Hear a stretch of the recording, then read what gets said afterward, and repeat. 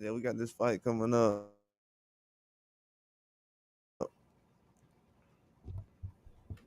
with Dillian White and Itauma. This weekend should be a very big fight. There's a lot of hype around it. We haven't had a heavyweight fight since Usyk and Dubois. Really to look forward to. So that's really like a reason why it's a lot of hype around it.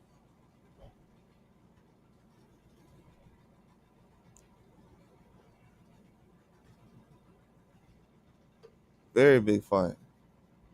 I think so because of the hype that's around it. But then we got Nick Ball also fighting this weekend against Sam Goodman. I think that's a fight that people gonna be overlooking.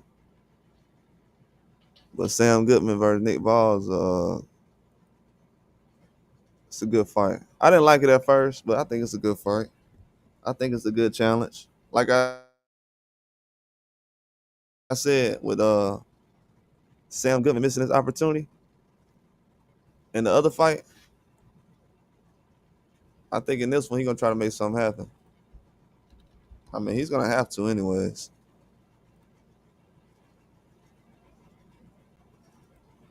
He's definitely gonna have to make something happen.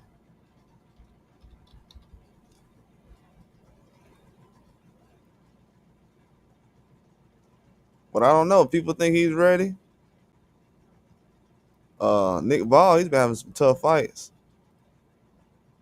I had to look back, but Sam Goodman, as far as just boxing ability, probably one of the best guys that Nick Ball and ran against lately.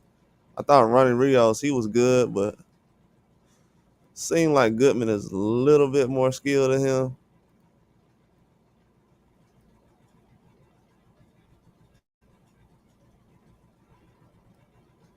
If you ask me, it seems that way.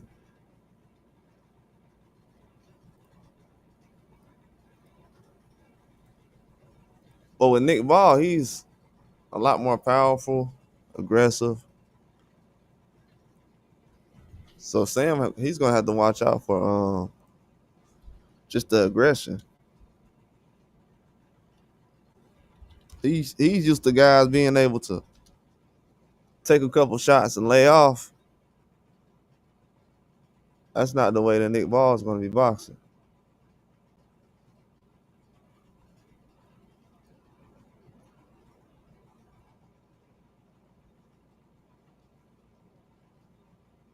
But the crazy part is, I think Don Doheny did a good job too the last fight with Nick Ball. But this is going to be different.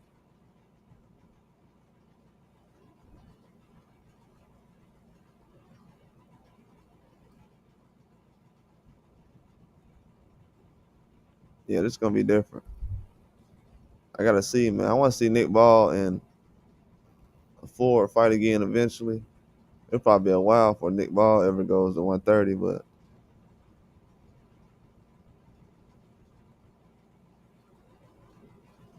that's definitely a fight I would like to see again.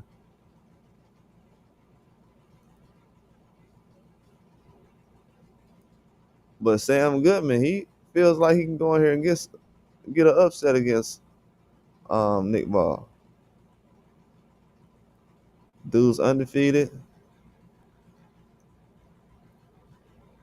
I don't say Nick Ball has fought better fighters, but at this point, it really doesn't matter, huh?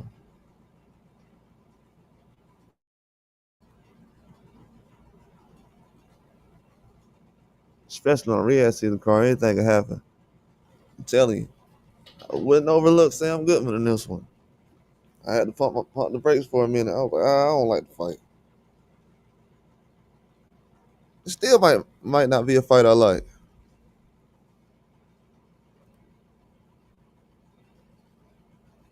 but I'll watch out for Sam Goodman in this one.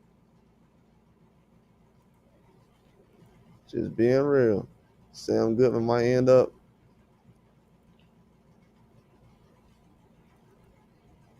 coming out shocking the world.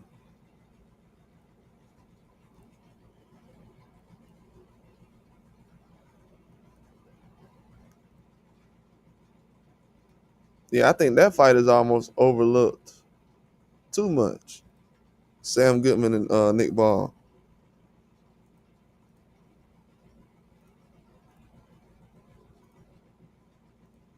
Yeah, that's a very overlooked fight right now.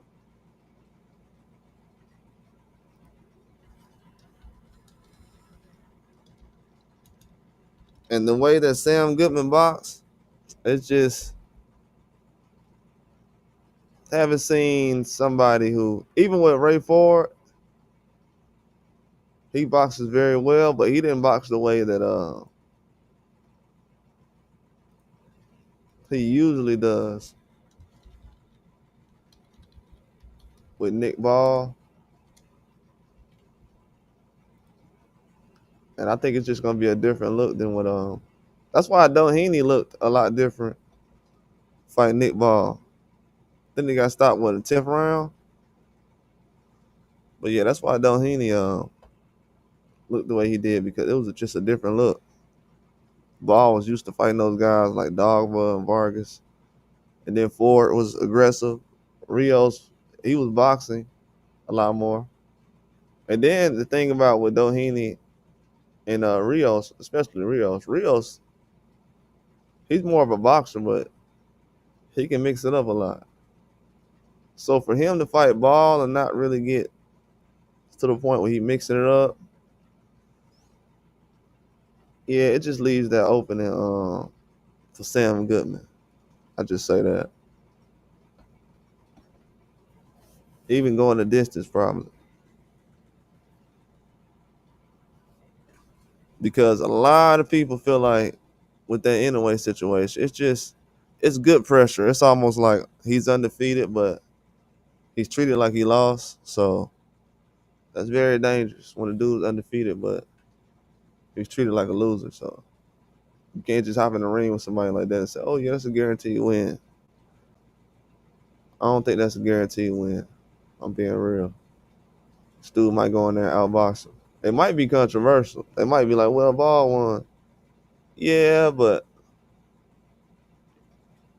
it might be a situation that happens. He might get dominated 3 or 4 straight rounds,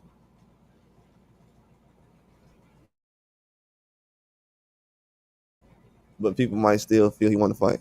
So it might be situations like that, and that can be dangerous too. So you never know. It depends on how people look at it. But in that fight, I would definitely say it's getting overlooked.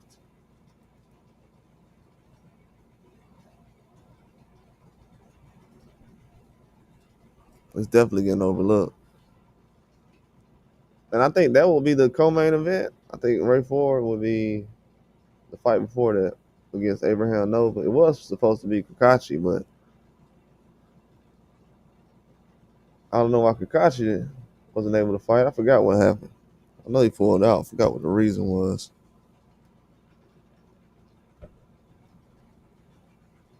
But should be a good card though. F6 fights, what I've seen with Hergovic and David Adelaide. So we'll see. We'll see what's going on. But it's a lot of hype going around with Dillian White Moses Thomas fight. That's already been hyped up because we weren't really expecting Moses Thomas step straight into a fight like Dillian White, but Dillian White accepted the offer, and now we're here. But people are saying Moses Thomas gonna knock him out in the first round.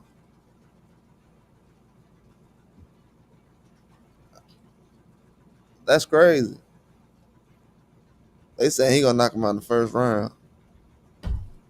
At this point, man, I just gotta see it. I just gotta see the fight. I just have to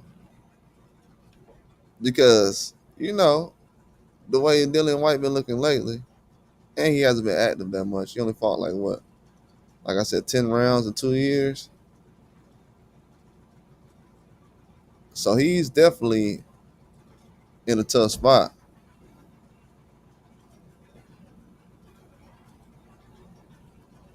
But man, they putting Moses on the talk about him. being able to beat Usyk. Come on now, we crossed. I don't know if everybody caught that. Like, come on now.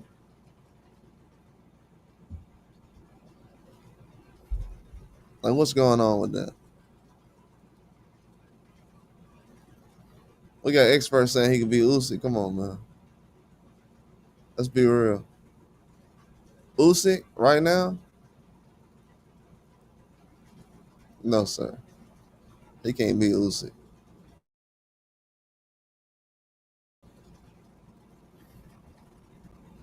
If that's the case, he need to be fighting Joshua next.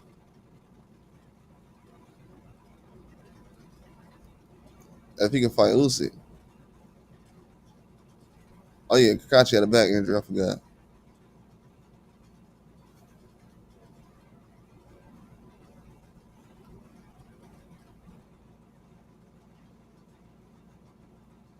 But I don't know, man. It's a lot of high expectations.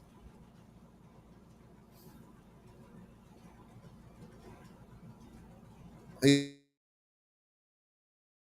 he definitely getting guys up out of the first 2 rounds, no, but to go from the last guy he fought,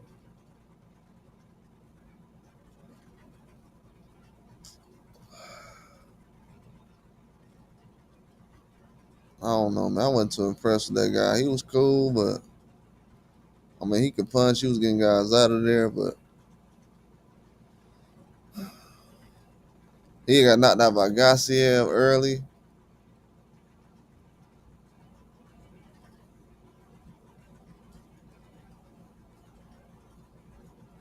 Yeah, the last guy he got knocked out by was like the easiest,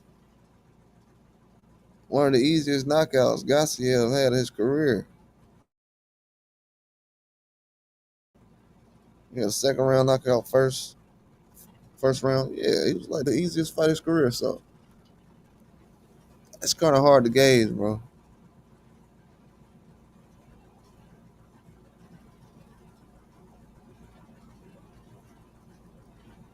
It really is. I definitely think he's better than people think, though. I think Itauma definitely better than people think. Yeah, I would say he's like on a Garcia level. This is why this is going to be tough. This is going to be a tough fight.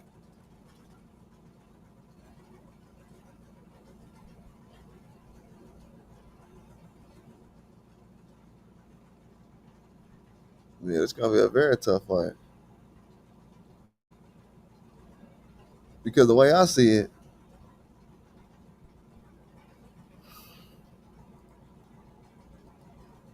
yeah, I see this fight going 12 with him and Dillian White, man. I don't see it going stoppage.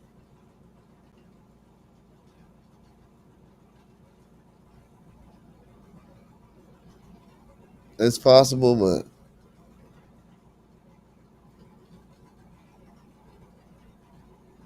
I see it going 12 possibly. Dillian White hasn't been in the ring that long, though. He could possibly stop him, to be honest with you. If you just tire him out, because people say we never seen Moses in deep waters like that. Yeah, but we ain't never seen Dillian White like that in deep waters either. Not to the point where we seen him in deep waters, but I'm saying to the point where he get lazy late in the fight. Like his stamina. That's why he looks good in this fight. He's in great shape. It looks like taking this fight very serious.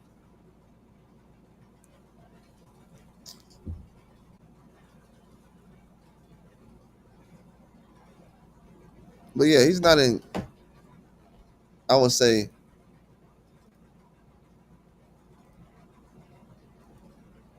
great shape right now because he hasn't been in the ring that much. But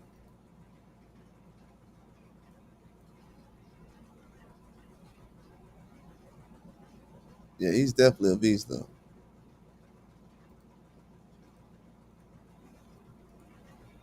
Like it's gonna be hard. What's up, Kent? Dark Kent? What's going on, man?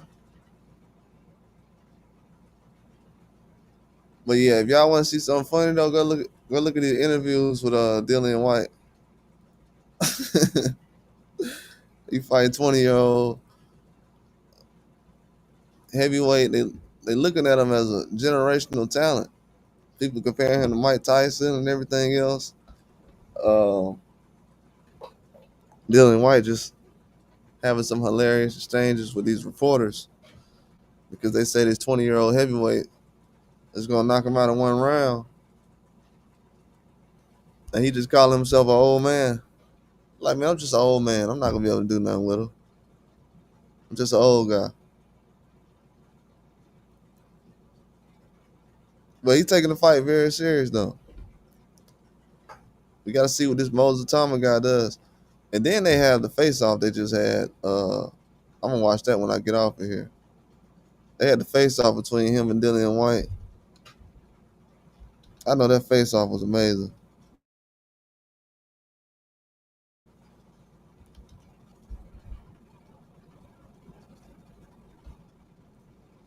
But yeah, Dillian White got one of the. You think one of them gonna get stopped? Yeah, the more I think about it, Dillian White ain't been in the ring that much. Twice in what, 2 years? Only fought 10 rounds. And he be having stamina issues. The only thing that's good about it is he's coming in the fight, slim down a little bit. So he can move the way he want to, but not a lot of confidence in his stamina. He gonna have to rely on that power early. And we gotta see, Moses hasn't really been in there with a puncher like Dillian White. But yeah, one of these guys possibly get stopped though. The way that crowd's gonna be,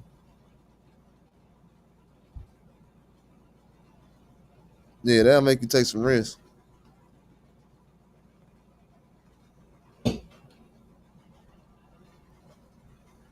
Yeah, I'm hyped about the fight though. I want to see it. I definitely want to see this matchup.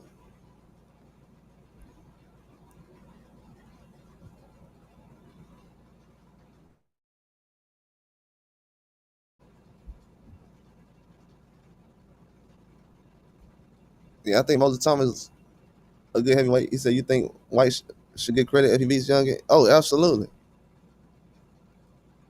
absolutely. Matter of fact, not only is he gonna get credit, I think this is for the number one contender spot. I forgot what belt it's for. I think it's like WBA or something. I forgot what it is. I might be wrong about that. It's I forgot what sanction the body is for, but it's for contender spot and also for chance at a belt, fight for a championship. So yeah, Dillian White treating this like he fight for a championship or the possibility of one. He at the end of his career, he gonna take this serious. It's possibly one of his last chances. He haven't really had a decent fight in a minute. He been out of the loop. I think this will be considered what his first Riyadh season type of fight. Sponsored fight sponsored by Riyadh in Riyadh. So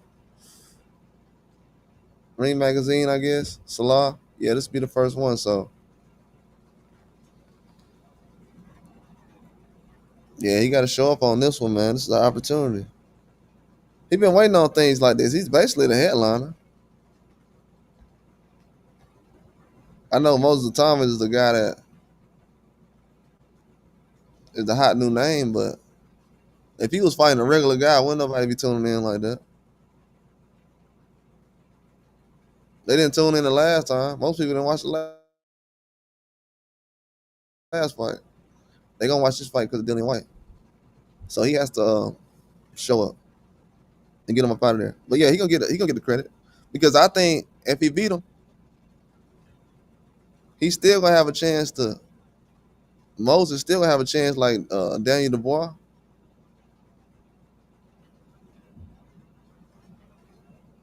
And it seemed like he been going around fighting people a lot more than what some of these other heavyweights are doing right now. So I think Itauma is dangerous. He gonna get better whether he lose or win, like Dubois did against Joe Joyce and these other guys. That's just a heavyweight game. He's gonna get better if you lose. Yeah, it's gonna be a good win if he gets it though. If he able to beat Dillian White, it's gonna be a lot of hype around him. A lot of hype. Dillian White don't got that many losses. He only lost to two people, and one of the guys, he got caught on PD. So who knows how that went?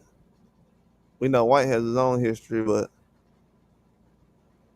who knows how that went?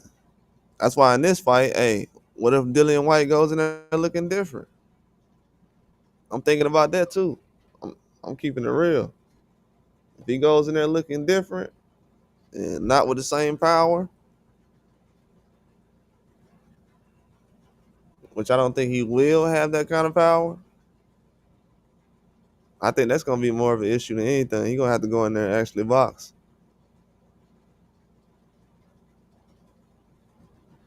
But I like those quick hooks that Dillian White likes to throw on the inside, though. He'll throw a quick hook, and he be hurting guys like that. And Moses, he opens up way too much sometimes. I've seen the punches he takes. He took one punch where he just let a dude punch him and just like, I was like, nah, that ain't gonna work. I don't care who you are. If you go back, I think that was his last fight. If it wasn't his last fight, it was. I'll tell you what fight it was. If it wasn't that one, he only been fighting 1 or 2 rounds. Trust me, you'll see what fight it is.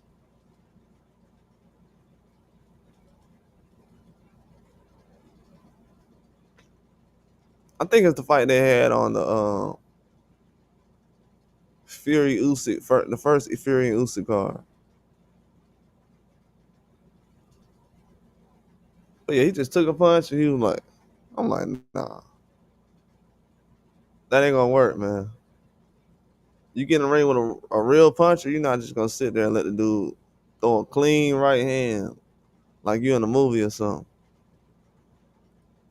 So if he could take a couple of those, I think that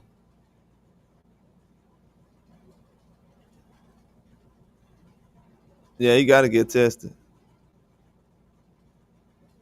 I just don't like them clean shots he be taking. I think his defense is kind of suspect. Even though, a lot of these heavyweight defense is not that good. Just the offense he's been going against and the shots he's been taking earlier. I know he's been getting guys out of there, but yeah, some of them shots he's taking just outrageous though.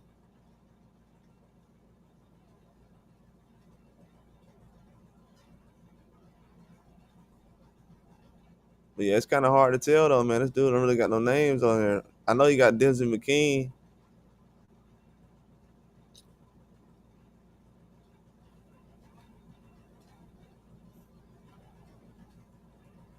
And Denzel McKean, he got knocked out in a round. First round, so I definitely think he's a real deal though. But I don't know how good Itauma is yet. But could he beat an Otto Wallin right now?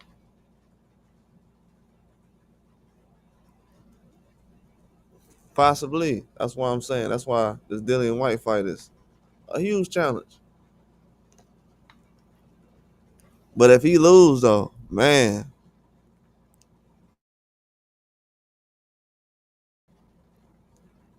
they gonna look at him like he just took one of the worst losses ever. He said that Moses win, I believe he would have to go through the gauntlet of heavyweight gatekeepers before matching up to the likes of Usyk. No, actually, he's fighting for the number one contender spot. So he'll probably be like 2 fights away from fighting for a belt.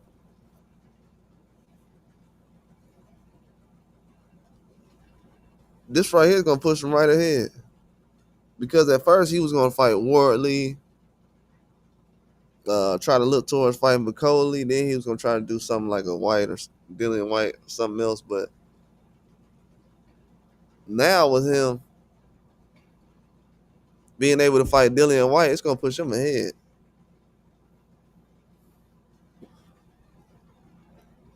He will fight gatekeepers, but He'll probably be in the title fight before then because he fighting for that number one contender spot.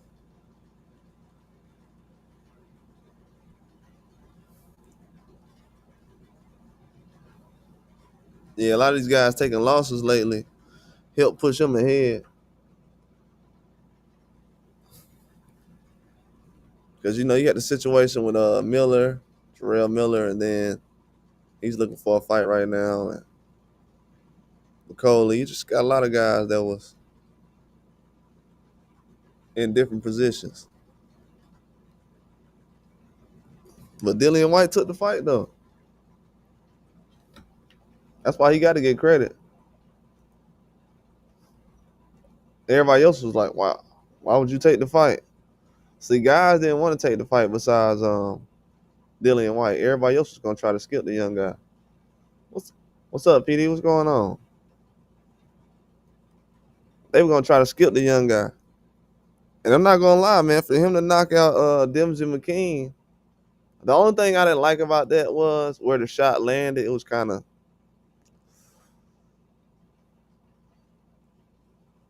like, yeah, you can. It wasn't like one of those clean knockouts on the chin, but it was still a knockout, so you got to take it.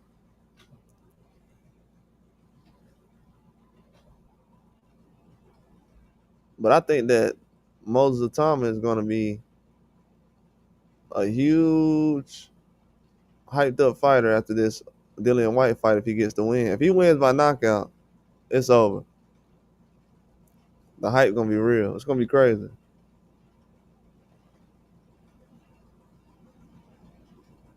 So yeah, this weekend is gonna be a good fight weekend to be honest with you. You got Nick Ball, Ray Ford, all these guys, Hergovic, Dillian White, all these guys fighting this weekend against highly ranked guys too, top five. So yeah, this gonna be a real competitive fight card.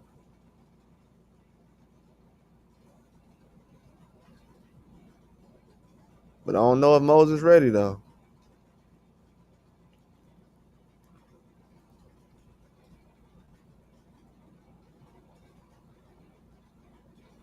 Oh man, that's what's up, man. Be safe out there, man.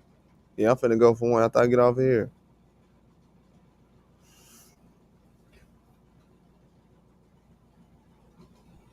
Yeah, I'm finna go for a run right after this.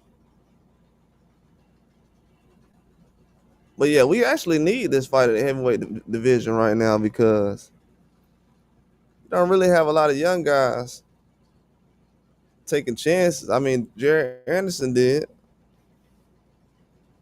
Besides him, I know Daniel Dubois has when he was 22. But Thomas finna take that chance.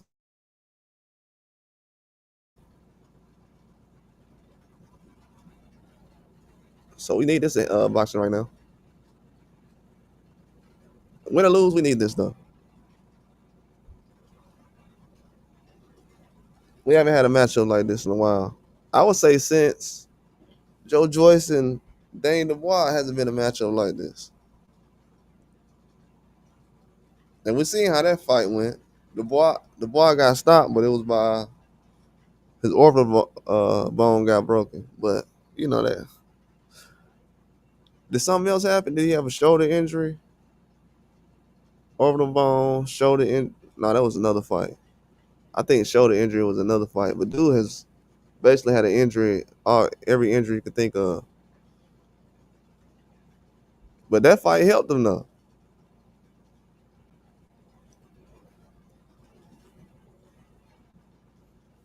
I think these guys taking chances now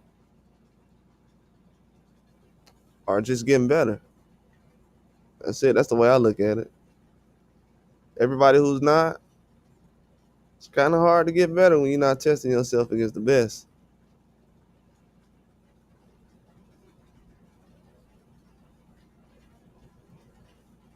And then with Hergovic, I don't know. Is Hergovic overconfident going into this fight? Hergovic is talking about with Odelay that It's gonna be a walk in the park. It's gonna be an easy fight. And the guy has only one loss.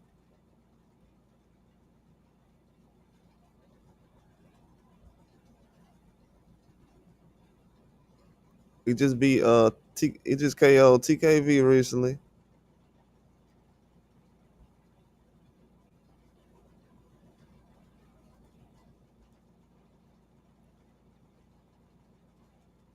He did get stopped by Wardley, but I don't know. I don't know if it will be a walk in the park though.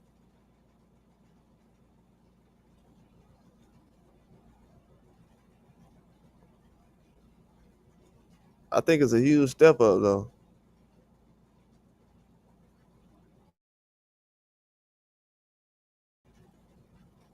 We got to see, man. Hergovic really hasn't been active that much. He's still only 33 years old. Still one of the younger heavyweights as far as the older generation of fighters.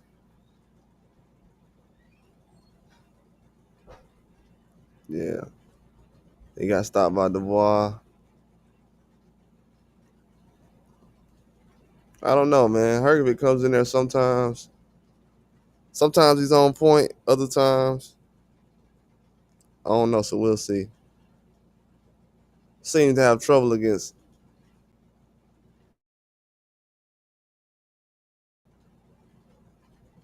certain fighters. I don't know. But that Dubois fight, just taking too many flush shots. To be honest with you, defense was horrible too.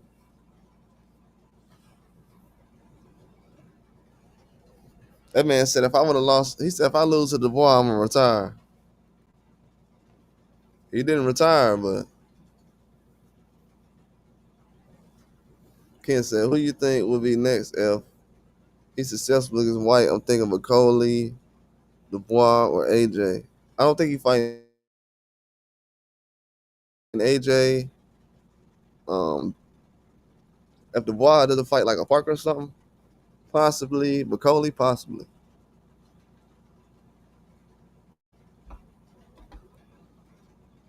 Matter of fact, I'll look it up right now.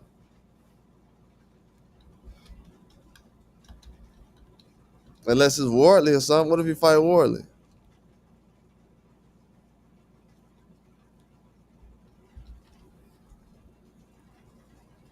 Let me look it up and see. That's a good question.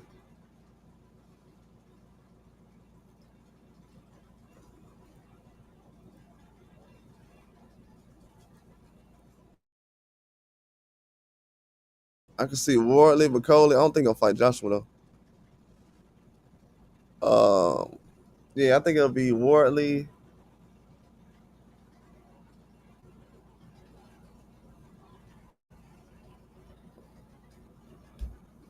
They tried to have Michael Hunter. Michael Hunter's the number one contender.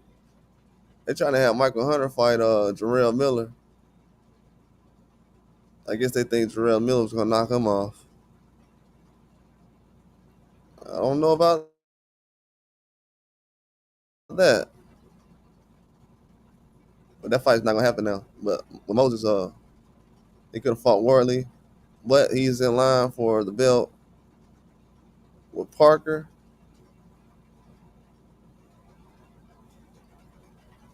I don't know, man. he could he could fight Parker next.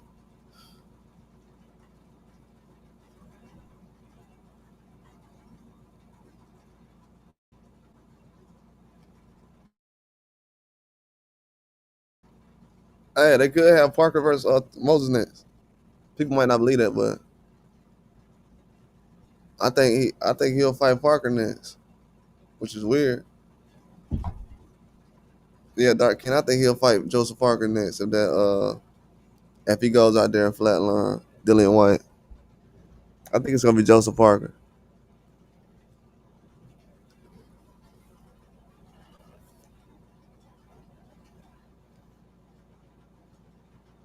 Oh yeah, AJ. He not finna fight. Yeah, he gonna fight Jay Paul. Man, I told people a couple weeks ago. The fans kind of did it to themselves though. They kept bringing it up. They did it to themselves. They don't understand that every time these They come up with a fight for Wilder, somebody else steals it every time. Yeah, that's why that Parker, that's why that Jake Paul fight is so serious right now.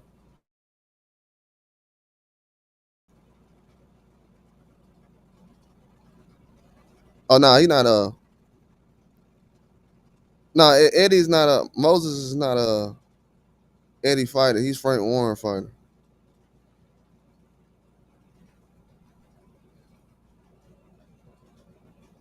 Yeah, he's not a yeah he's Frank Warren's fighter, but yeah he's with Queensberry. He's Frank Warren fighter. He ain't Eddie Hearn fighter. But Chizore's trying to fight Parker too, but they'll put Moses Itauma in the ring with Parker. That's why Chisora, he didn't understand. He's like, oh, why would Dillian White fight Itauma right now? See, Itauma fighting Dillian White right now actually hurts Chisora's chances of fighting Parker.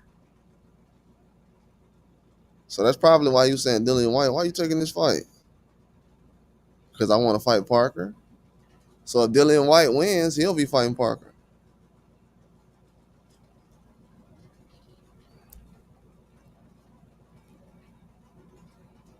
Yeah, me too.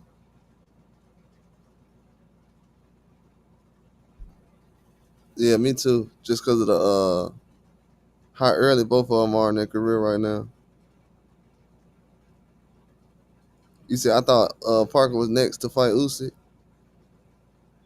No. I mean, he possibly they can make the fight, but they're not really. There's not a lot of interest in that fight with Parker and Usyk. I know he has the interim belt, but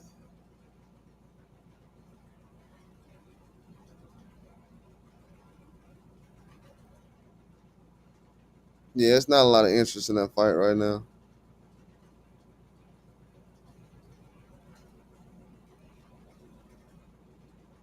I mean, it can happen, but I don't give Parker no chance of beating Usyk. They can put the fight together, but I don't think it's gonna be too many people checking for it like that. They're not really asking for too much,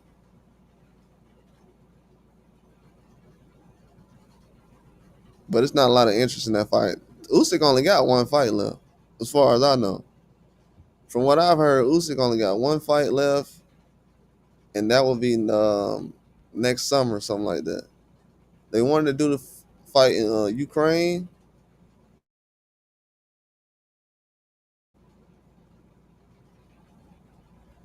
so next summer. So in January, February, they're gonna try to have Parker fight somebody again, and it can possibly be Moses Itauma or Dillian White, but they're both fighting for the number one spot to fight Joseph Parker for his belt.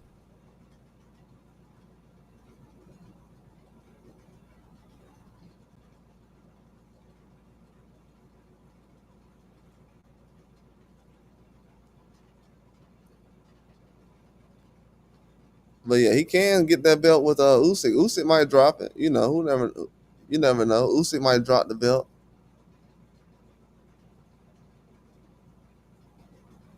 From what I've heard right now, Usyk chilling. It don't look like he gonna do anything anytime soon.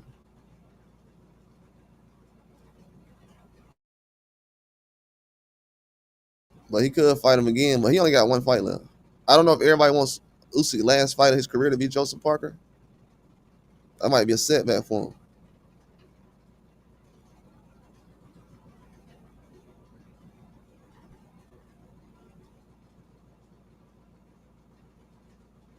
What's going on, Aaron? What's up, dog?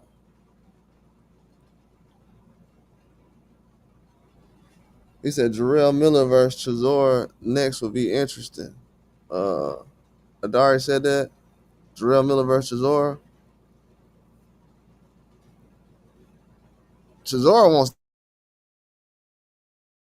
that Parker fight. I think that's what he's kind of waiting on. He know he's at the end of his career, so he wants to line himself up. And Parker wants to fight too. I don't know if people seen that, but. Parker wants to fight Chisora too.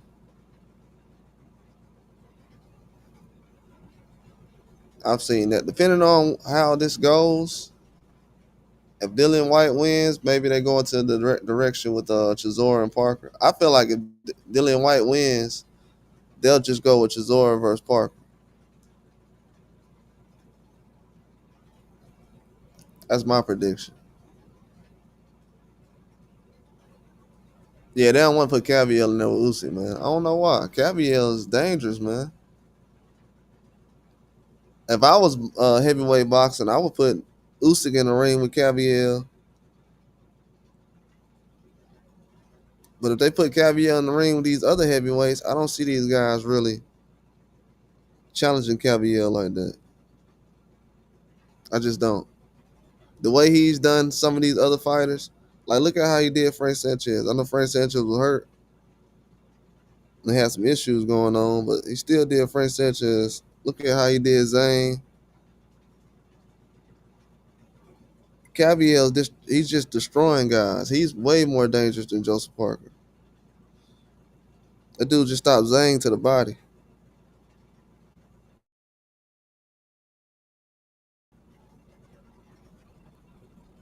So that's the guy who's getting overlooked. He's not the flashy name, but if they don't let Usyk get a hold to him, nobody's gonna be able to beat him. I'm just gonna say that right now. Oh yeah, man, that Iron T been on point. Maybe helping me out, giving me a lot more energy. Yeah, it's been working, man. I appreciate that, man. Yeah, that Iron T been on point. He said Usyk hasn't quite cleared the heavyweight division yet. I think there's a few left. Yeah, me too. I think Usyk can fight a few guys, but Usyk wasn't planning on fighting rematches. I think the rematches is what has Usyk kind of like tired of fighting heavyweight fights. He wasn't planning on being a career heavyweight the way he is now with um, two fights with Fury, two fights with Joshua Dubois. You know, he's not really a trilogy or a rematch type of guy. He usually does his one fight and then moves on. So I think that kind of tired him out. He's already a guy who turned pro late. He almost turned pro when he was like 30. So I think these last few years of demanding the rematches from him, it kind of took the fun out of it for him. A guy almost 40 years old, having to fight the same fight, probably unmotivated. So for him to just come out and be like, yeah, I got one more fight left. He's tired of the rematches and stuff. I said that last year. I was like, they keep having this guy rematch people. He's gonna hang it up very soon, and he's gonna hang it up before Bitterbill. And I don't think it's because of money. He already had his plan laid out. He was gonna go.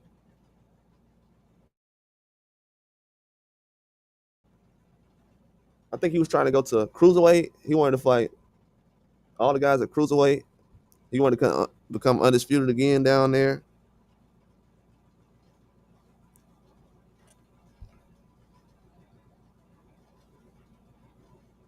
Yeah, what they could have done was let Usyk go back to cruiserweight and do what he wanted to do, which is become cruiserweight undisputed again. And then when they had the fights like Moses and everybody else that they're trying to do right now, Cavill and Parker, they can let all those guys fight for undisputed or fight for a belt or interns and number one contenders. And then they could have had Usyk come back in and fight the guy who's basically undisputed or whatever for undisputed. Instead of having him do a round robin over and over. I think that tired him out the most. He said it too. He's like, man, I'm tired. He even said it recently. I'm finna take some rest. Tired. Usually don't say stuff like that. Oh yeah, Java Ty will be going to heavyweight probably after they get this cruiserweight situation done. I think cruiserweight won't be lined up until early 2027. You got Zerto because of I think cruiserweight would have been done next year, 2026, but they have Zerto just had shoulder surgery. Then you got that Badu Jack fight. that was on the Canelo card with McCallion. They got to run that back because McCallion team feel like he got robbed. So they doing a rematch for that fight. So cruiserweight is going to be on hold for like another 12 to 18 months. If I had to guess, I would say 18 months. So they won't have undisputed at cruiserweight for a while. And by the time that happens, I'm pretty sure Benavidez will be a cruiserweight by then, or entertaining it. So yeah, they could have really had some fights where it was like Zerto versus Usyk or Apatai versus Usyk, Benavidez versus Apatai. Still could happen, who knows? But if Apatai goes to heavyweight, it won't happen. And I think he will go to heavyweight after cruiserweight. I think he'll be able to hold his own. He's a pretty big guy. He put some weight on. I seen him put a little bit of weight on recently. He's not too far off from who's a small heavyweight. I would say he's not too far from what Jerry Anderson's size is, to be honest with you. Like Apatai ain't no small guy. Maris Breedis ain't a small guy. So yeah, he'll be able to go to heavyweight easy. He's already had sparring stories with Tyson Fury where they say he was beating him up in sparring. Then they said it wasn't true. But then Usyk went out there and did the same thing in the next fight. To be honest with you, they said, you know what Usyk did in that one round when he was knocking Fury around? They said that's what Avatar was doing in the ring against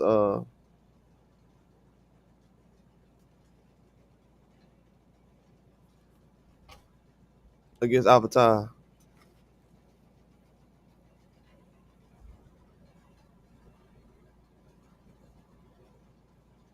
So yeah, he was definitely struggling.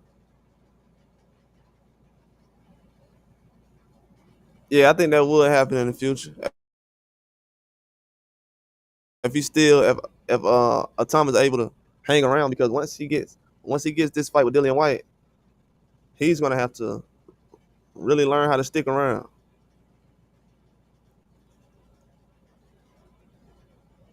He got to learn how to stick around for real.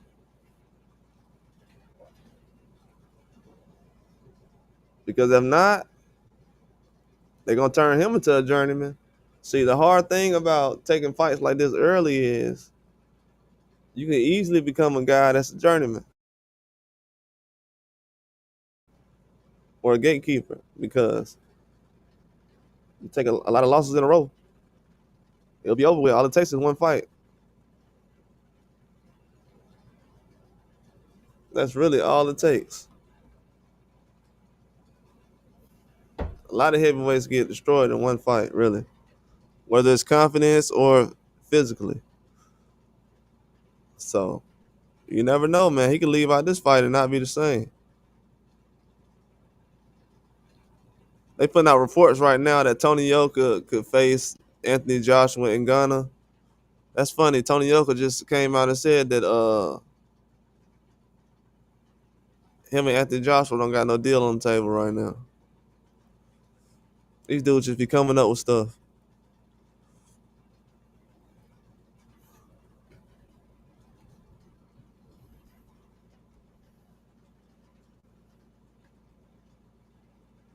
But yeah, they got some good fights still at heavyweight they can make. But Itauma, I don't think it's gonna be easy for him at heavyweight at all. Like Caviel not fighting Parker, that's the fight that should be happening next. To be honest with you, they should have had Caviel fighting Parker. That's how I know they possibly just gonna line up Moses with that Parker fight because if you're not gonna put Caviel in the ring with Parker, and you're possibly thinking about Chisora as an option right now, unless this Moses, because before Moses even fought or thought about fighting Dillian White, before that was a fight, they were just thinking about Parker and Chisora, anyways. So both of these guys are really not in the picture unless this fight is made, which is made now. So now they're in the picture.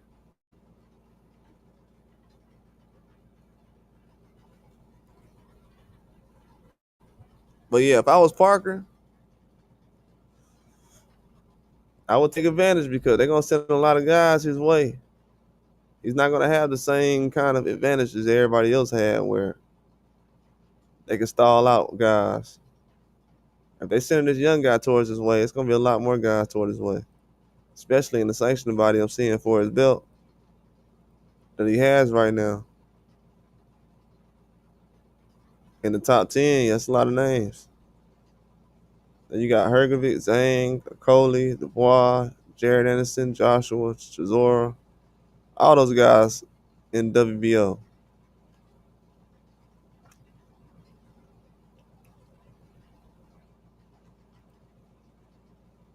Yeah, it might get crazy. But another thing I wanted to talk about that I haven't discussed yet, that I seen yesterday and I had to go through, was Canelo. I'm gonna be honest with y'all. I'm expecting Canelo to win by robbery. I think Canelo and Crawford gonna go like Lara versus um it's gonna go like Lara versus Canelo. I'm just keeping it a buck this morning. I think it's gonna be like Lara versus Canelo. I think Crawford versus Canelo is gonna be like that. I think that the expectations they are gonna have is that the smaller Crawford, they're putting the narrative out there that the smaller Crawford, they came from 135, is gonna have to knock out Canelo Alvarez. He can't go, even if he go out there and outbox him, it's not gonna mean anything. They're putting the expectations out there that he has to go out there and knock this guy out. Um, and the fact that Canelo Alvarez, bro, y'all need to go look this article up. Canelo Alvarez was sitting around calling Lara a runner while he was in the ring with this man in Spanish. So I know Lara just sitting there like, and Lara said he don't like Canelo before the fight or after the fight. And Lara don't say that about nobody. He has to be one of the nicest boxers in the game. He said he don't like Canelo before the fight or after the fight. Canelo said he's a runner. He need to join a marathon. He would have won if he wasn't running.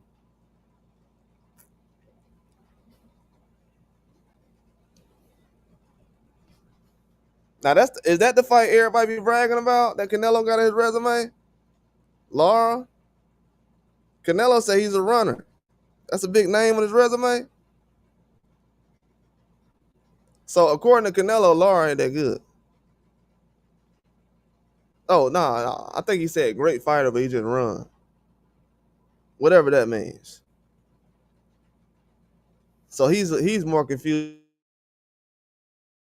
than I am. So what could Crawford do better than what Lara did? That's going to impress the fans to the point where they're going to give Canelo another pass for calling one of the most elite boxers in the game this era a runner. So if Lara's called a runner by Canelo and nobody says anything, there's nothing I can convince anybody else about when it comes to Terrence Crawford.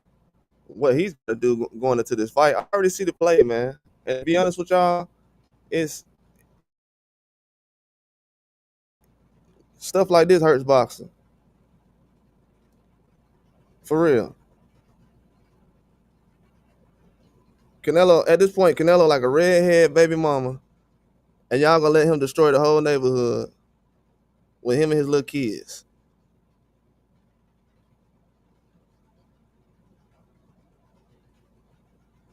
And I'm talking about kid boxers that follow his way and repeat the same stuff that he says.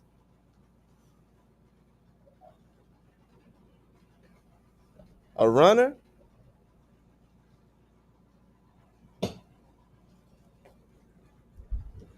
This man called Lara a runner, man. It ain't nothing I can even say about that no more.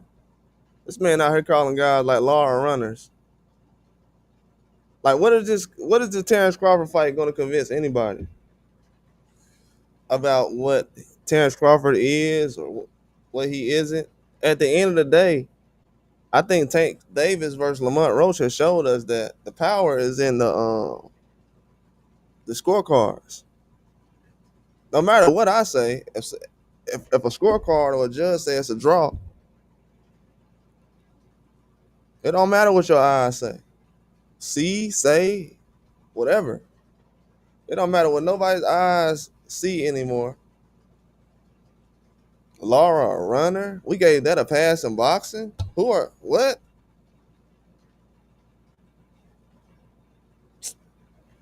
Man, I'm disappointed in the last generation, bro. I'm gonna be honest with you. I'm disappointed, bro. They made a lot of money, bro, but I'm disappointed. And boxing went straight to turkey on the sheet. I'm disappointed. Them narratives, of course, gonna make you a lot of money. But then when you look back, you're gonna be like, damn, all that stuff wasn't even real. And that's when people start saying, "Oh, this is the weakest era of boxing." No, it's the most overhyped, lied about era in boxing. I think when you can put lies on the internet so fast that yeah, stuff like that happens. Yeah, I think being able to push a lie so fast on the internet is a result of what's going on right now.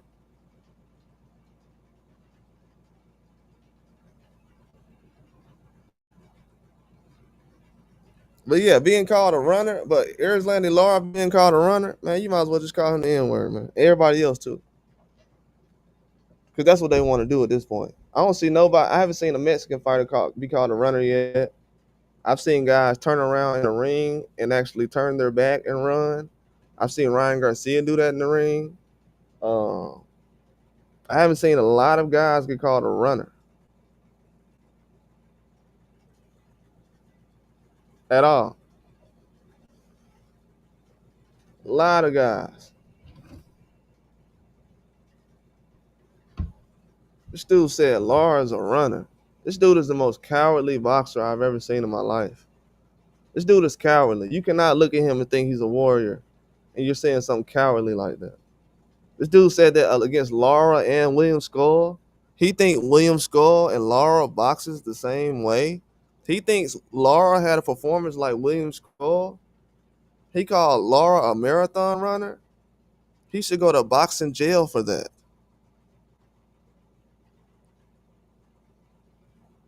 If boxing had a jail, he should be in there right now.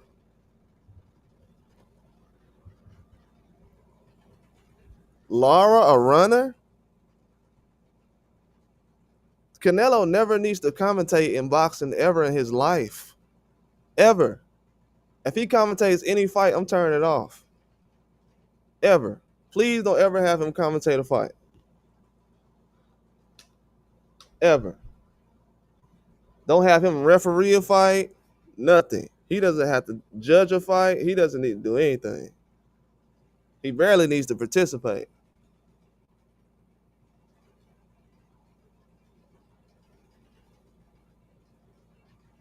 I mean, God, how long has this been going on? Y'all been letting this guy get away with this? Are we talking about how great he is? This dude talking like he's Julius Caesar or something.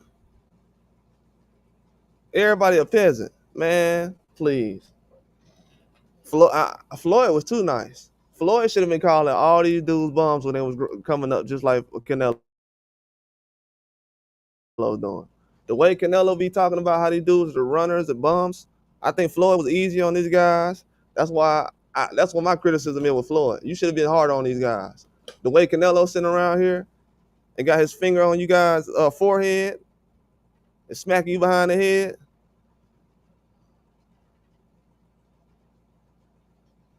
Yeah, that's the problem right there. Runners. That's what him and Oscar been out here saying that stuff. That's why I said well Oscar what I've been saying. Get Oscar out of boxing too. I don't care. Get him out of boxing too. He hasn't done anything that helped. Everybody he's around for some reason got some issues going on anyways. So get him out of the way too. Runners. Yeah, man. I see a pattern now. I see a pattern now. It's certain guys cheating, pushing narratives, getting passes, and there's certain guys doing it. They think I'm finna just sit around and be like, yeah, yeah, that's what's up. Okay. You'll see. You'll see. Wait till they see these next couple of weeks. They think that Lara video I did last night, that was just the first strike right there. That was just the first strike. I'm gonna tell y'all right now.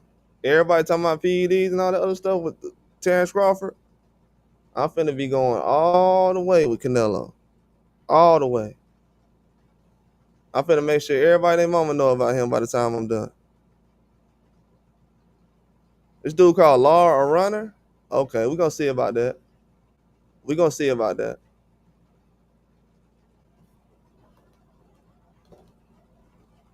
We're gonna see about that. This dude get outboxed in most of his fights anyways. This dude, he got like 30-40% knockout rate in most of his fights in America. He just started fighting outside of Mexico and America in May. And he's 30-something years old. They're talking about he's an old man now.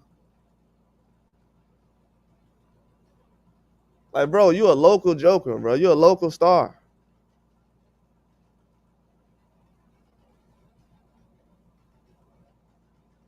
For real.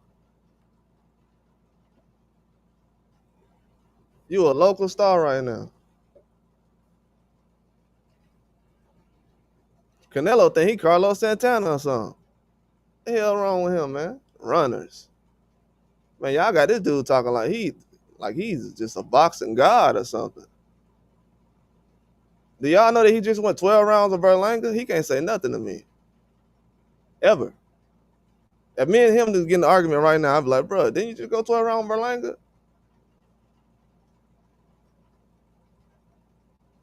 What? You don't be quiet?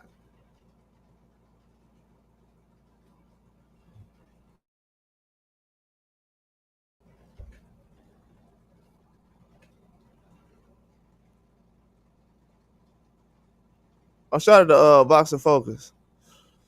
He said that I touched on Andre Ward calling out Anthony Joshua. Yeah, we talked about that yesterday, but I'll talk about it a little bit more. Anthony Joshua and Andre Ward, that would actually be a very good fight. Andre Ward has actually been interested in Anthony Joshua for like 4 or 5 years. Feels like that's a fight he actually could entertain if he was to get in the ring with him. Just feels like Joshua's a guy he can match up with well. But yeah, Andre Ward definitely would take that fight. He wanted to fight Canelo for a while. Canelo didn't really entertain it. He called guys out. Canelo was calling out cruiserweights and everything. I think, but me personally, I feel like Andre Ward was more of a Golovkin responsibility, but Canelo could have fought him too. If you're gonna fight Kovalev, fight Andre Ward. But yeah, Andre Ward was definitely heavily ducked by a lot of these guys. They'll fight a Kovalev and everything else, but they won't fight an Andre Ward. So that's why Andre Ward was like, I'll fight Joshua. It would be a big money fight, and if I was Anthony Joshua, I would actually entertain it because if Joshua goes out there and fight a Jake Paul, then fight Andre Ward, I know people will be like, man, that sounds like joke fights. Possibly to you, but if he goes out there and fights Andre Ward, if he's calling him out just to jump in the ring with Andre Ward, I would definitely entertain it. So if I'm Anthony Joshua, I would entertain it. I mean, you at the point of your career now, you technically been already doing what you want to do. So, I mean, just go ahead and continue that and keep it pushing. I mean, the heavyweight division will be okay. Most people don't look at him as a guy who's a showstopper or anything right now. So, I think the heavyweight division will be okay without him being a serious contender. We have enough guys around. He fought Usyk. I guess he can fight Fury probably later on next year. It'll be a lot of hype around his name anyways. If he fight Jake Paul and then fight Andre Ward. But yeah, Andre Ward was duck heavy in the boxing game.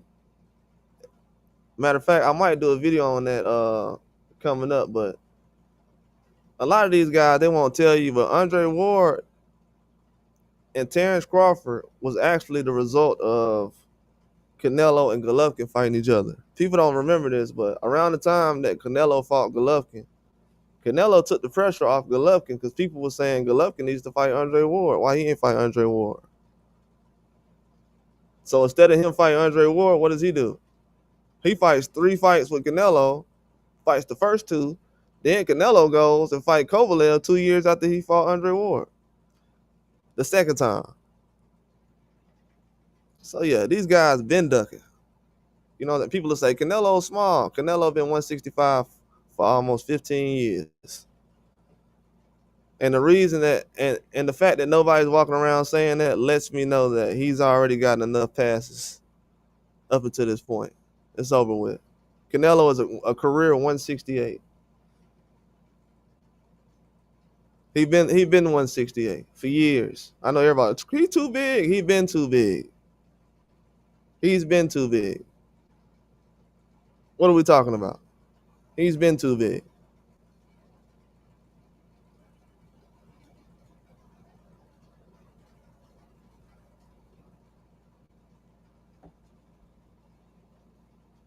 What's up, Scratchy? You said Andre Ward. Who Andre Ward duck, Scratchy? You said Andre Ward duck. Andre Ward duck who?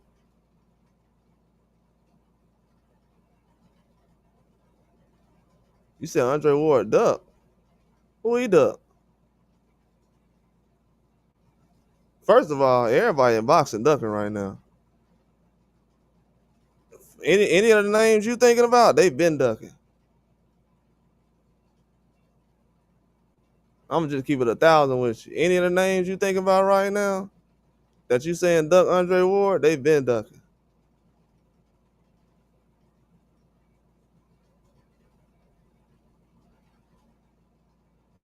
You said duck Triple G. Triple G has the worst resume of any guys they talking about going to the Hall of Fame.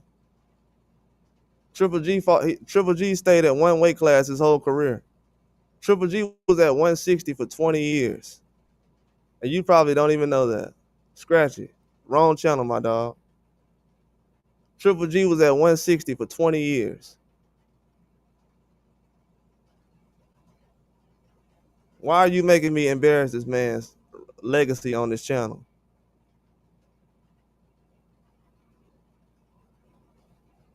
The only way you can protect Triple G is not by not bringing his name up. Triple G was at 160 for 20 years. Think about that. 20 years. You don't want me to get into details about that. Trust me. And I don't even know boxing like that.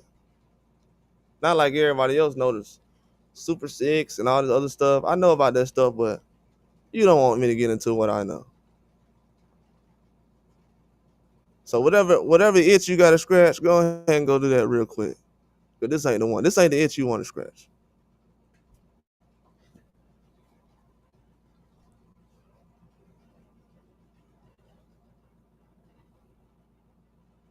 All right, my guy. Appreciate that, all right? Like and subscribe, too. But please protect your homeboy's legacy.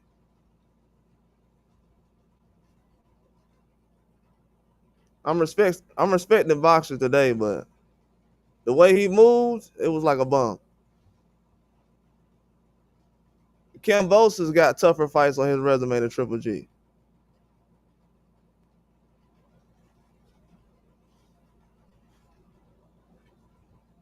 Cambosa, do you want me to pull up Triple G's resume right now? So I can sit here and have everybody laugh at you? This dude's resume is horrible.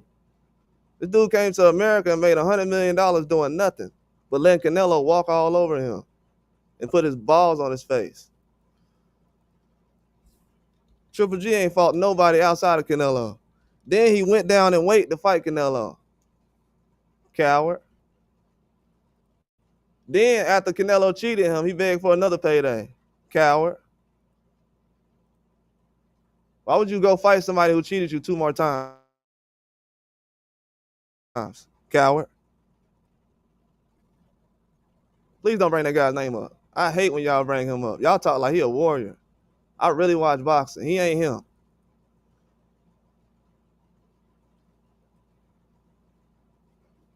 Ain't nobody scared to fight him. What you mean? He fought Canelo and went 12 rounds. He ain't never dropped Canelo. He couldn't even drop Canelo. The reason why we got this issue with Canelo now is because Triple G, Little G couldn't finish the job. Do you understand that? The reason why Canelo hasn't fought Benavidez and all that other stuff is because he wasted his time with Golovkin, saving his career. If Golovkin didn't fight Canelo, he wouldn't have a career. He would be a regular fight. He would be a undefeated Gabe Rosado. That's it. Only thing Golovkin did was wait on Canelo to get to 160 so he can go 12 rounds with him 3 times. That's it. One of the worst legacy trilogies ever. Wasted boxing's time. Almost made the zone go bankrupt.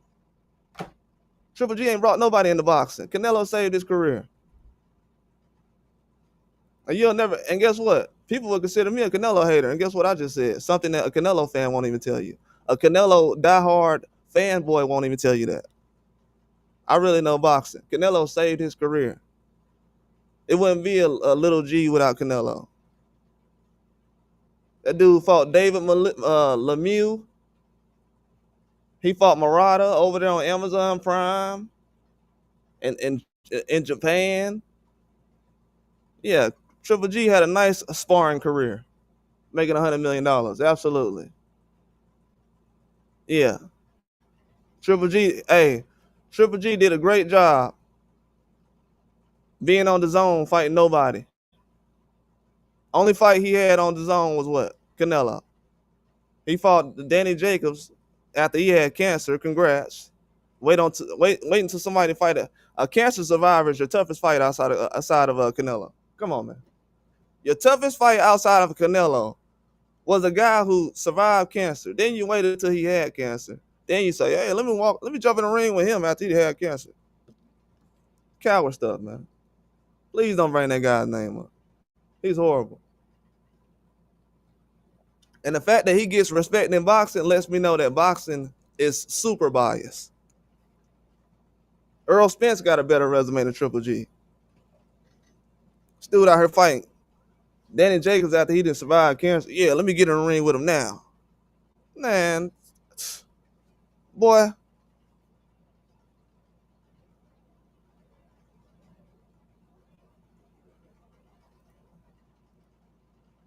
You know how many people that, man, look at all them names. Hey, let me tell y'all a secret. Look at all those names at 154 and at 160. That's over 30 years old. Janibek could have fought Triple G. But I forgot him and Triple G homeboys. So he ain't gonna fight him. So Triple G ain't fighting nobody.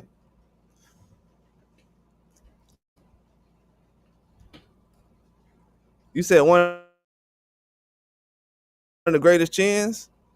If you got to bring up a boxer's chin, that's the first thing you bring up, he ain't that great. I ain't gonna lie to you. I ain't never sat up and said, man, Muhammad Ali got one of the best chins. So what? Nobody cares about that. What if he lost every fight?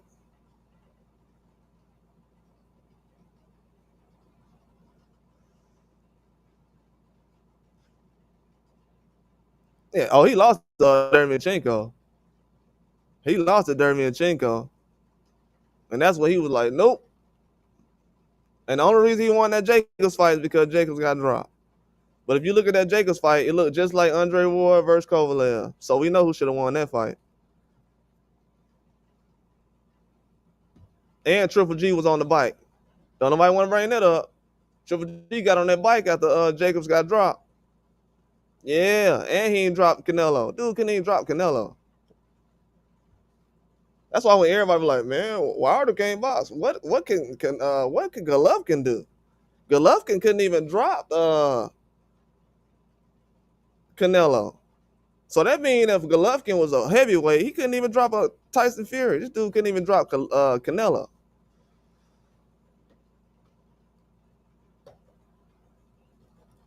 So he basically a European Floyd Mayweather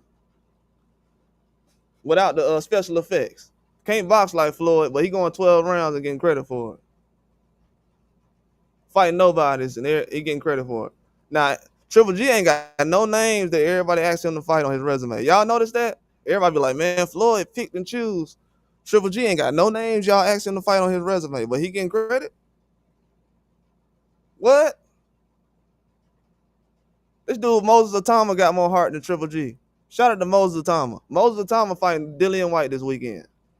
Shout out to Moses Itauma. That's why I'm giving these young guys credit.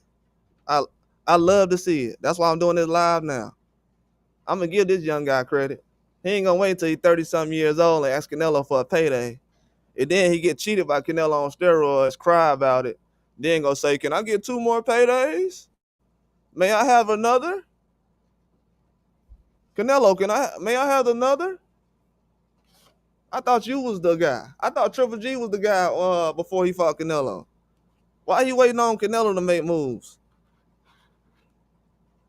Canelo wasn't even making that many moves before that fight. Before the when he fought Amir Khan, it was just starting to roll. Stuff was just starting to happen. But Canelo went in it. He went in his bag like that. He really used Golovkin. So anybody who wanted a payday out of anybody Canelo fought, it was Triple G. He wanted a payday bad. He wanted 2 or 3.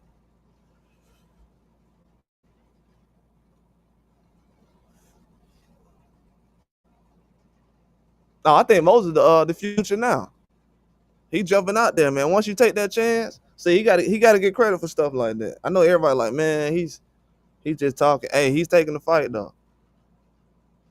I'm tired. I'm telling y'all, when I say I'm tired of those Triple G days where people talking about what somebody gonna do, I am so tired of that. That destroyed boxing. From HBO, ESPN, The Zone, all those places. We on The Zone now. All these apps have gotten destroyed behind dudes hyping up fights that they ain't never made. Yeah, man, it's just I'm ready for these guys like Moses Itauma and Nick Ball and uh Hamza Shiraz. I'm ready for these guys to start making things happen. Because these other European fighters they've been hyping up, these guys ain't fighting nobody. Let's stop it. Like where Triple G ain't fought nobody like that. These young guys fight more guys than he is. If anybody started that payday stuff, it's him.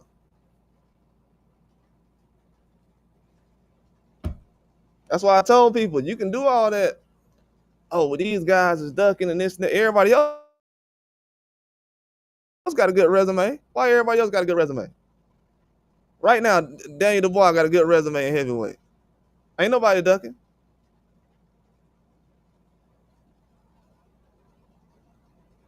Shoot, Canelo fought Kovalev and Jamel Charlo. Triple G ain't trying to do none of that. Give me David Lemieux and Murata.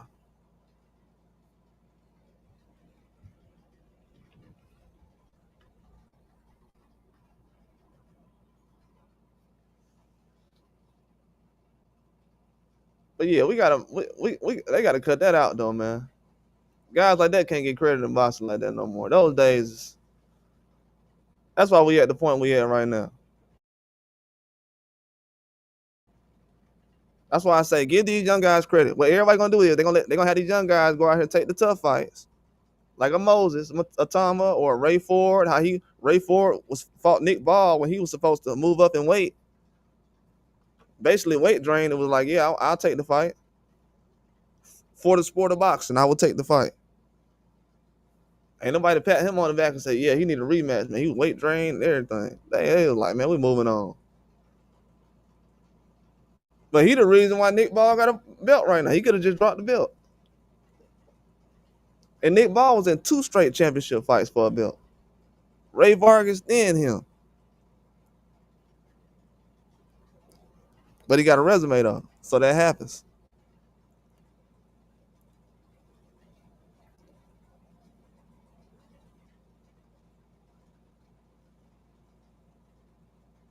He said, Andy, oh man, you tripping. Yeah, man. But like we were saying about Andre Ward earlier, Andre Ward, this is why he needs his credit. I was going on that long rant because these guys been ducking Andre Ward and Terrence Crawford for years. Okay? Don't let these guys fool you. All this Triple G and Canelo stuff, yeah. Canelo has technically been in the way a long time and has been putting a lot of false narratives out there that's hurting the sport of boxing. So this running rule stuff is actually coming from Canelo, it sounds like, because him and Oscar calling guys runners. Hey man, if you got legs like the cowboy off of Looney Tunes, what's the guy name? Off the Looney Tunes, with the red beard and the little legs. I hate to make any kind of jokes these days, but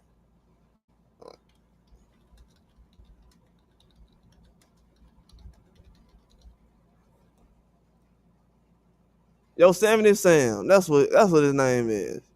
Yosemite Sam.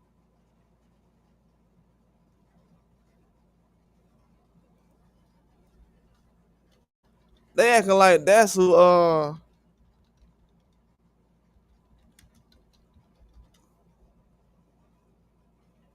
they acting like that's who Canelo is.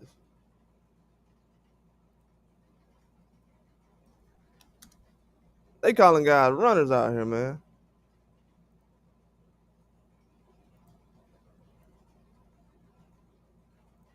I just gotta show y'all this. Y'all understand what I'm saying then. But if you got little legs in boxing, man, hey, you just gonna have to make it work, man. I don't know why they're trying to punish all the boxers in boxing because these guys got little legs. You got small legs, you just got small legs. You got to do something about it. You can't sit up here and tell somebody to stand in the same spot because you 5'5" and I'm 6'2".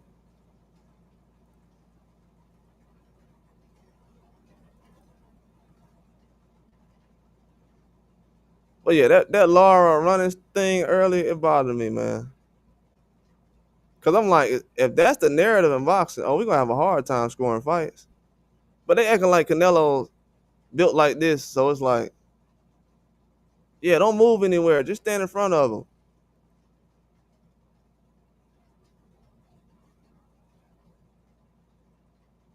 I mean, if a boxer's legs are this long, you just gonna have problems cutting off the ring regardless, whether somebody's running or not. We might have to start calling out guys who have little legs in boxing, and there are saying that everybody's running. To be honest with you, it's a little man complex. I'm not a tall guy either, but I'm saying it's a little man complex these guys got. All of them try to bully guys. They already short. They're trying to bully taller guys. Cut it out.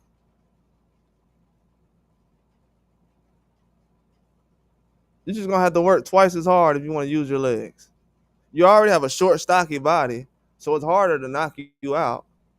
Everybody know it's harder to knock out short, stockier guys than it is for a tall, lanky guy. That's why most people, when they see a tall guy somewhere, he just looking around, they're like, yeah, I'm gonna knock him out. But a short, stocky guy, hard to knock those guys out. Can't really catch them good on the chin like that.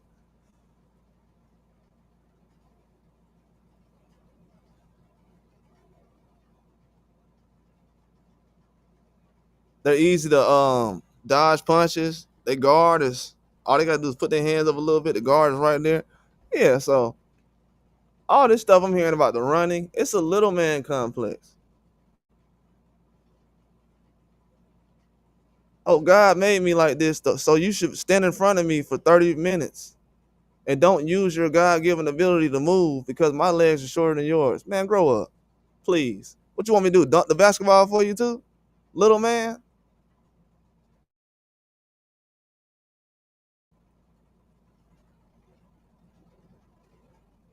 If y'all notice, it always be these little boxers just like, these guys are running. Man, I'm calling this out. These little bitty boxers with small legs, Mike Tyson don't have no problem chasing guys around the ring. He built just like y'all is. And he was fighting guys taller than what y'all fighting. You ain't hear Mike Tyson crying about all that. Use your God-given ability, work on your stamina, and cut off the ring like Mike Tyson. Y'all love to compare yourself to Mike Tyson so much until it's time to cut off the ring and not complaining about cutting off the ring.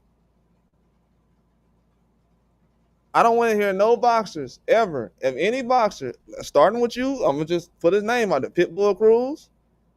If you talk about cutting out that ring and complaining again, don't compare yourself to no Mike Tyson. Canelo, don't compare yourself to anybody great doing that. Anybody with short legs that's complaining about dudes moving and stuff in the ring. Because most of these guys got little legs and they complain about why they can't move.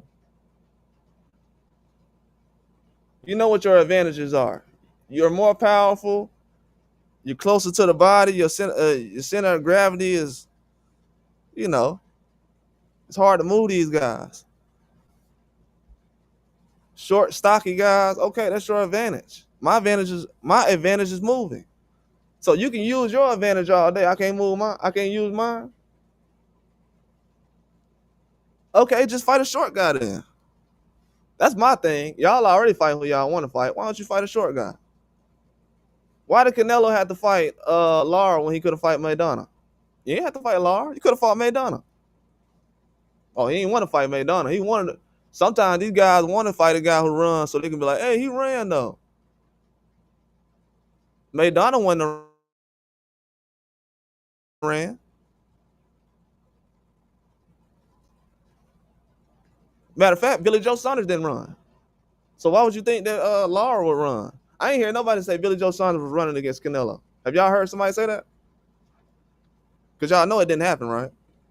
So technically, according to Canelo, Billy Joe Saunders ran more. Erislandy Lara ran more than Billy Joe Saunders. You see how these dudes be changing history like that? Then you gonna have these little kids that ain't even watched the fight. They gonna say, "Oh, well, I heard Lara was running." Nah, Canelo just got little legs like Yosemite Sam. That's what's wrong. He blaming everybody else for the way he was born. You don't never hear me complaining because I can't dunk a basketball. It ain't my time.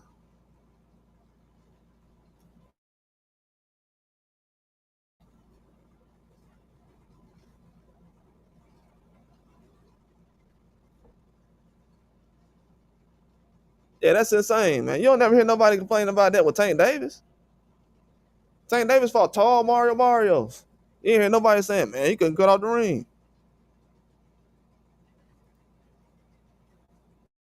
These Yosemite Sam boxers complaining about having little legs and not being able to catch another grown man who's making millions of dollars just like them.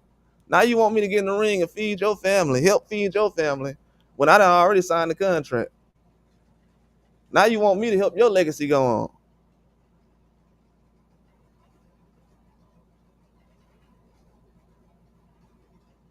Y'all notice they don't have none of these problems in bare knuckle boxing. In bare knuckle boxing, you ain't never heard nobody say, man, this dude running.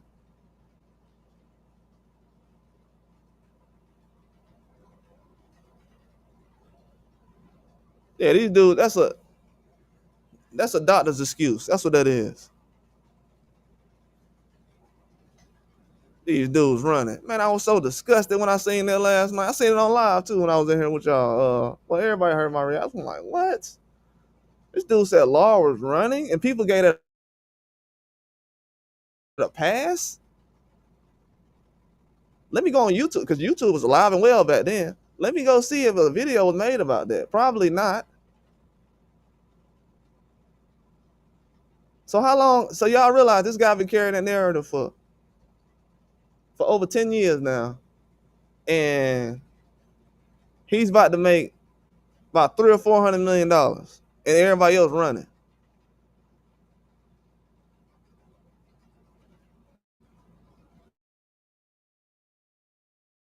I wonder how many names he helped build up in the sport of boxing by saying that. I mean, I'm being real with y'all. How many names have Canelo helped build up in the sport of boxing? Yeah. What's up with that? Yeah. How many names has he helped build up in the sport of boxing? Let me know.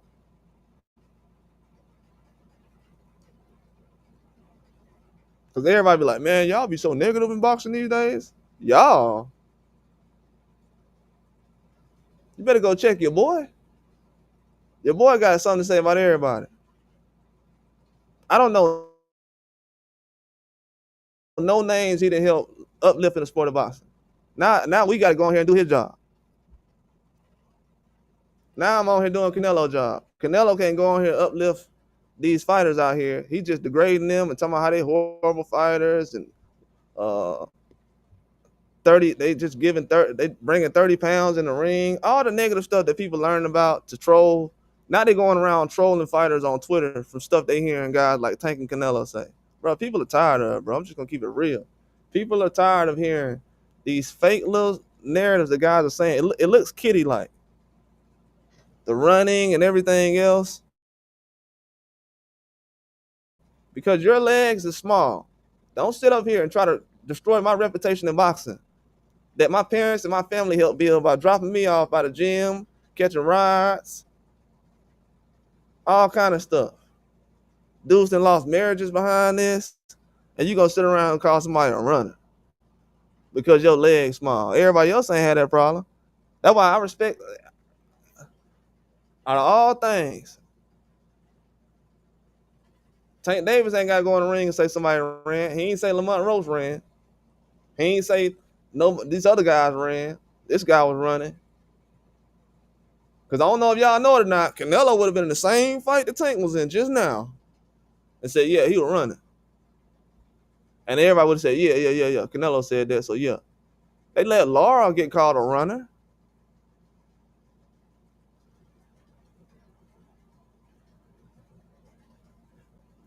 Is that the reason why he's still fighting on undercards? Because Canelo said he's a runner?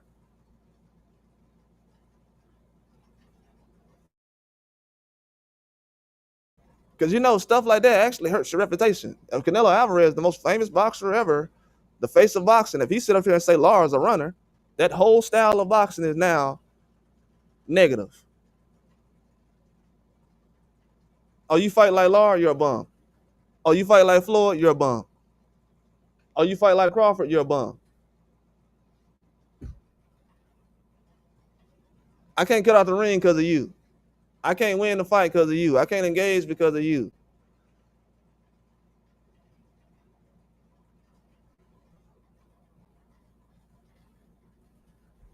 Come on, man. This dude right here, he has been burning down boxing for a while, man. Everybody getting behind this and all this stuff is sad. They need something to feel good about. Uh, they ready to wave something. All that. This dude has sat up here and disrespected Lara, who's looking excellent at 42 years old. Lara is one of the best looking 42-year-old boxers we've seen in the boxing ring in history. The dude look like he's 32 years old right now in the ring. And you sitting up here got Canelo talking about he's a runner. The dude didn't even run his last fight. He was flat-footed. And I was telling people that. I said, Lara's not even running. He's flat-footed. People like, oh, why is Danny Garcia moving so much? Lara is flat-footed and walking him down. And he's only throwing single shots. Yeah, this fight's about to be over. And then if people look at it, Danny Garcia don't get stopped like that. People like, oh, Danny, man, he quit. Bro, Lara is like that. But people are thinking, oh, well, Canelo said he's a runner, so if Danny got stopped by a guy that Canelo said was running, he has to be trash. Why would Danny Garcia get stopped by Lara? Man, they changing history, and I'm pretty sure when you look at Lara's resume, it's a lot of fights he could have been in that he was not in. I'm pretty sure he would have fought a Triple G. Why Triple G has Kell Brook on his resume and not Lara, I have no idea. Why he has a Kell Brook on his resume and not a Charlo, I have no idea. But they've been pimping the game, though. They've been pimping the game. Whatever you think, whoever you think pimping the system right now in other industries outside of boxing, it can be entertainment or political, this is what they doing. Everybody resume suffering because we waiting on a couple of guys to make sure they good. That's not it. That's definitely not it. They better be on point with this fight. I'm gonna tell you right now. With this Crawford Canelo fight, they better be on point with this fight. I'm gonna be watching everything leading up to this fight. During the fight, I'm gonna be looking at everything. They better be on point with this fight. I'm gonna tell you that right now. Cause coming into this fight, they letting this dude do whatever he want. Fans, anybody. This dude right here doing whatever he want. And he behavior like this births a Jake Paul and a Ryan Garcia. Behavior just like this. When you get your way like this, you're gonna have a Ryan Garcia and a Jake Paul. And I told people that last year. Canelo created Jake Paul. Jake Paul seen this and he like, oh, okay. Just like Jake Paul said recently, if y'all say my fights is staged, y'all getting sued. I'm a real boxer and you can't even criticize me like the rest of these real boxers. How about that? So yeah, that's just Canelo Jr. to me. That's how I look at it. Canelo Jr. Dude's been calling the shots. What promoter? Been calling the shots. Canelo got Oscar De La Hoya out of the way. Like, man, get Oscar De La Hoya out of here, man. Get him out of the sport of boxing. Oscar just now starting to bounce back. Allegedly. This dude been calling the shots. Everybody looking around, man, why boxing like this? Why dudes is ducking? Why nobody want to fight nobody? Because your favorite don't want to fight nobody. Your face of boxing has done nothing except collect checks and give out retirement checks. Now he also is retiring, guys. Now, like I said, I will give credit when credit's due. I'm not no sucker like the rest of these guys. I'll give credit when credit's due. Canelo is retiring, guys. I will say that. People will say with the check, yeah, but guys ain't looking the same too after they fight them though. I will say the guys ain't looking the same. That check just ain't doing that. Trust me. Everybody react to money different. That check ain't doing that.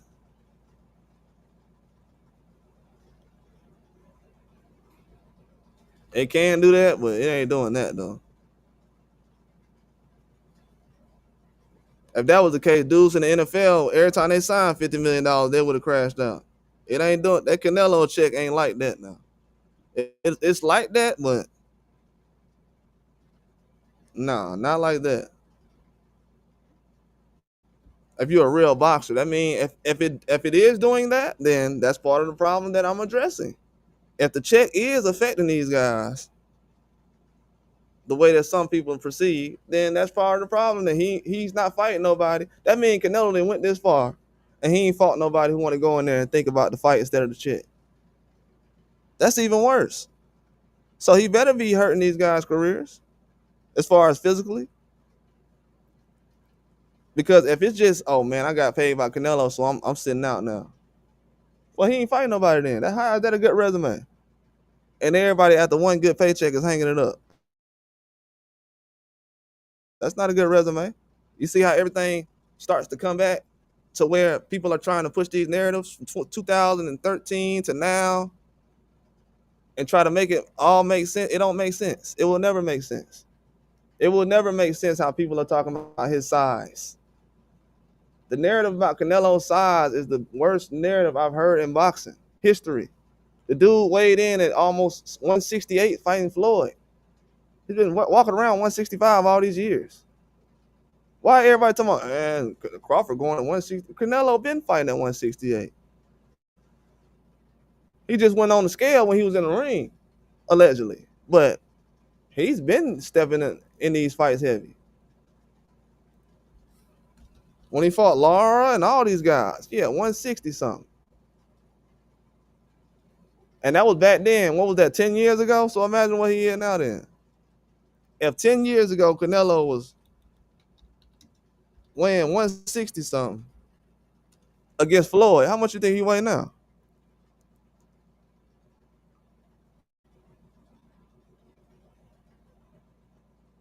He fought Floyd when? 2013, September 14, 2013.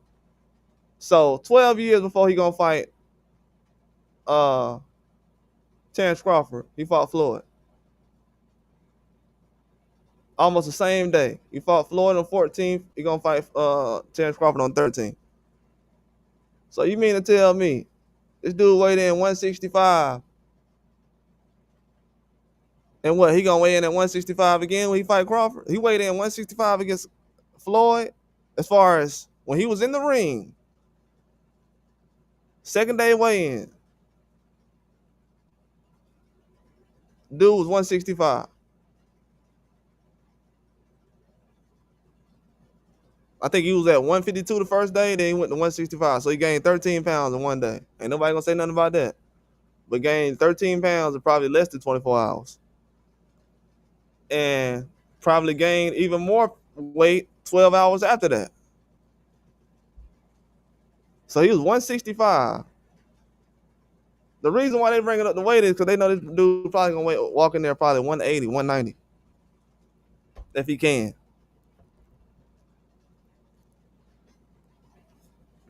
If he can, they probably thinking, yeah. He probably walking there that much.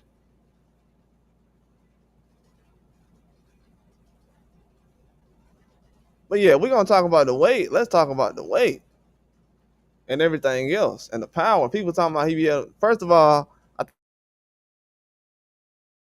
think Terrence Crawford got a chin just like Charlo. So whatever Charlo chin did in Terrence Crawford in the Canelo fight, that's what that's what Terrence Crawford chin gonna do. His chin is gonna hold up the same way Charlo chin is going to.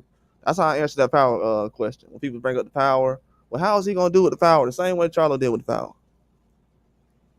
How is he gonna box in the ring? Same way Billy Joe boxed. How's his stamina gonna look? Same way Bivens' stamina look. How's his movement in the ring gonna look? The same way Triple G movement in the ring look. How will his power translate though? We still gotta find out about that. The same way that Danny Jacobs was able to do it, he'll be able to do it. Canelo ain't stopped Danny Jacobs. Matter of fact, Triple G dropped Danny Jacobs. I don't remember Canelo dropping Danny Jacobs. So yeah, Canelo knows his limitations.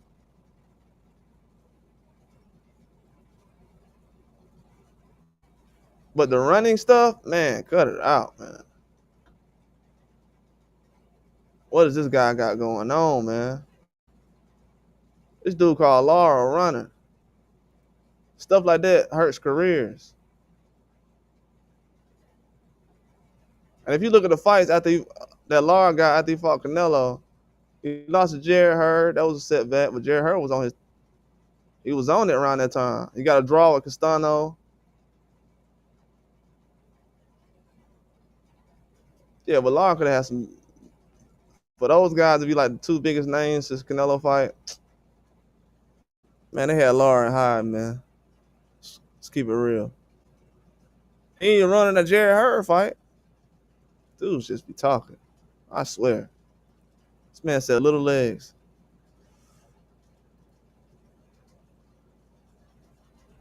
Yeah, that's what I'm saying, Boxing Focus. I'm like, Lars, bro, he's one of the best. He's arguably unbeaten. That's what I'm saying. He's arguably undefeated.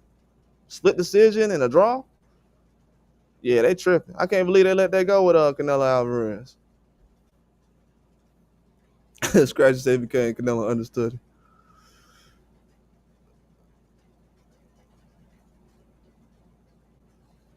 But that's the crazy part of Boxing Focus. He's trying to put William Skull on the same level as Lara. Like, bro, what are you doing? So when you look back in history, it's going to say that Lara ran and William Skull ran. And then most people are going to say, well, the Lara fight was only close because he was running from Canelo. If he wouldn't have ran, it would have been close. It would have been you know. But people they don't understand what I'm saying eventually. But